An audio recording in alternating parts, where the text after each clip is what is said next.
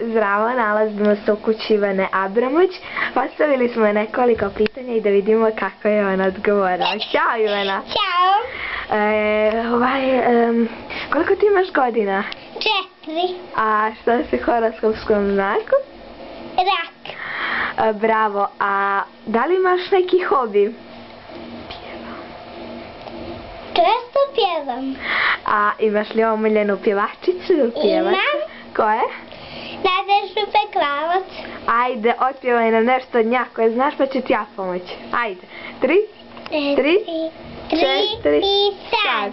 Jednom je Bog pogrešio da bude s tobom kad je rešio. Jednom sam ja nasela baš, a ti na mene još ne navedaš. Ti si moje vlasništvo, kad mi daješ kompliment, kad me samo pogledaš.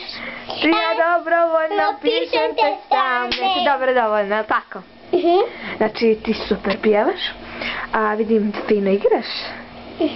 Ideš u plesnu školu, ali tako? Jeste. A imaš ti neku najbolju drugaricu? Imam. Dobro, sad nećemo... A imaš li koga da pozdraviš? Imam. Evo sad imaš priliku. Ajde, pozdravi. Moju majku, moga taja, moju učiteljicu i moje sestre. A bravo, a kako ti se zovu? Sestre? Jelena i Janje. Dobro. Eto, to je bilo to što sam pripremila za danas. Vidimo se sljedeće nedelje. Ćao! Kako je bilo dobro.